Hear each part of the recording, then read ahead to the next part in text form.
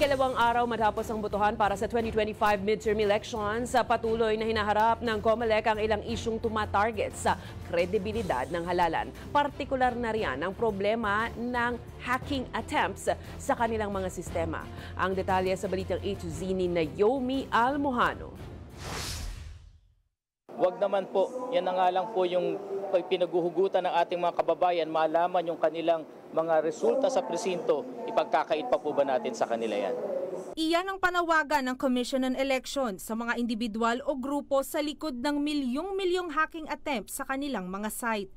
Mula kasi noong May 11 hanggang May 14, nakatanggap na ng 1.75 million hacking attempts ang COMELEC website mula sa 113.71 million visits na naitala. Habang nasa 1.45 million hacking attempts naman ang nai-record na tumatarget naman sa COMELEC Online Precinct Finder. Ang nakikita po namin gusto nilang gawin by DDoS ay i-down yung website at idama yung election results website. Dalawang uri rin ng hacking ang na-monitor ng COMELEC. Una ang Distributed Denial of Service o DDoS. Ang SISTE, dudumugin ng website para harangin o barahin ang pagpasok ng iba pang users at magsanhi ng traffic na kalaunay naman ma-down ang website.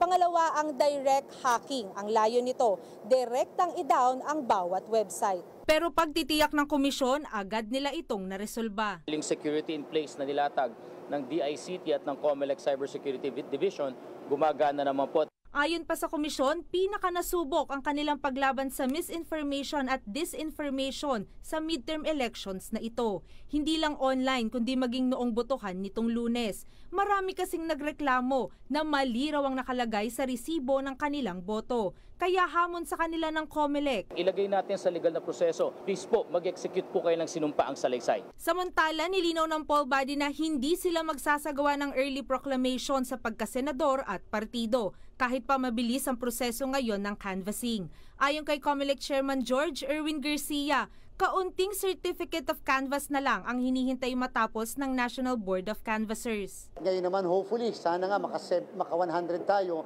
para maging 158 man lang.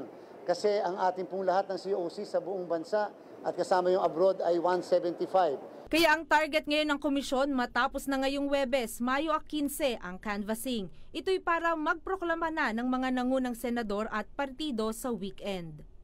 Para sa Balitang A to Z, Naomi Almohano.